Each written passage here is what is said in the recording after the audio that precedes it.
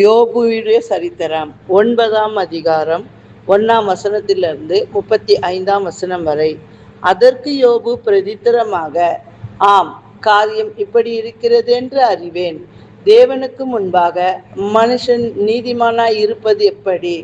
அவர் அவனோட வழக்காட சித்தமாயிருந்தால் 1000-ல் 1 அவருக்கு உத்தரவு சொல்ல மாட்டானே. அவர் இருதயத்தில் ஞானமுள்ளவர், பலத்தில் பராக்கிரமுள்ளவர்.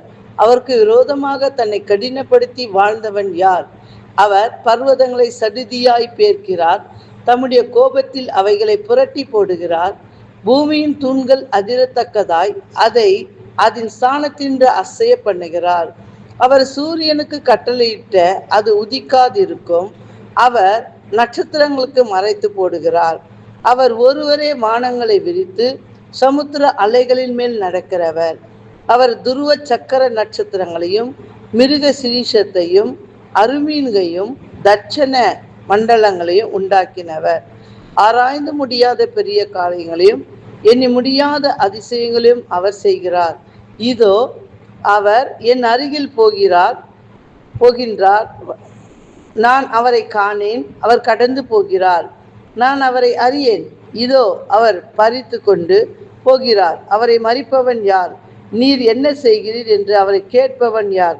தேவன் தம்முடைய கோபத்தை திருப்ப மாட்டார்.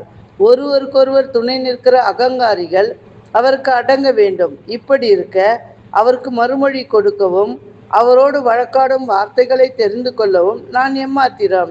நான் நீதிமானாய் இருந்தாலும் அவரோடு வழக்காடாமல் என் நியாயாதிபதியிடத்தில் இரக்கத்துக்கு கெஞ்சுவேன்.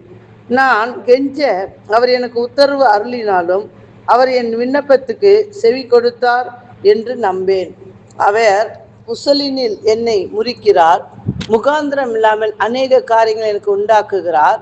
நான் மூச்சுவிட எனக்கு இடம் கொடாமல் கசப்பினால் என்னை நிரப்புகிறார். பலத்தை பார்த்தால் அவரே பலத்தவர். நியாயத்தை பார்த்தால் என் பட்சத்தில் சாட்சி சொல்லுகிறவன் யார்? நான் என்னை நீதிமான் ஆக்கினாலும் என் வாயே என்னை குற்றவாளியாக்கும். நான் உத்தமன் என்று சொன்னாலும் நான் மாறுபாடானவன் என்று அது சாட்சி கொடுக்கும். நான் உத்தமன் என்றாலும் என் உள்ளத்தை நான் அறியேன். என் ஜீவனை ஆலோசிப்பேன். ஒரு காரியம் உண்டு, அதை சொல்லுகிறேன். சன்மார்க்கனையும் துன்மார்க்கனையும் அவர் அழிக்கிறார். சவுக்கானது அசுப்பிலே வாதித்து கொள்ளும்போது அவர் குற்றமில்லாதவரின் சோதனையை பார்த்து நகைக்கிறார். உலகம் துன்மார்க்கர் கையில் விடப்பட்டிருக்கிறது. அதில் இருக்கிற நியாயாதிபதியின் முகத்தை மூடி போடுகிறார். அவர் இதை செய்கிறது இல்லை என்றால் பின்ன யார் இதை செய்கிறார்? என் நாட்கள் அஞ்சக்காரர் ஓட்டத்திலும் தீவிரமாய் இருக்கிறது. அவைகள் நன்மையை காணாமல் பறந்து போம். அவைகள் வேகமாய் ஓடுகிற கப்பல்களைப் போலவும் இறையின் மேல் பாய்கிற கழுகை போலும் கடந்து போகிறது. என் அங்கலாய்ப்பை நான் மறந்து என் முகத்தின் துக்கத்தை மாற்றி தினம் கொள்வேன் என்று சொன்னான்.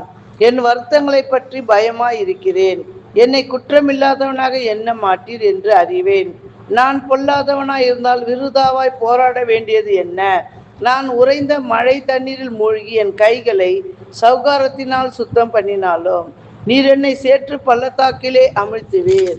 அப்பொழுது என் வஸ்திரமே என்னை அருவருக்கும். நான் அவருக்கு பிரதித்திரம் சொல்லுகிறதற்கும் நாங்கள் கூடி நியாயத்திற்கு வருகிறதற்கும் அவர் என்னை போல மனுஷன் அல்லவே. எங்கள் இருவர் மேலும் தன் கையை வைக்கத்தக்க மத்தியஸ்தன் எங்களுக்குள் இல்லையே. அவர் தமது மிலாற்றை என்னை விட்டு அகற்றுவாராக.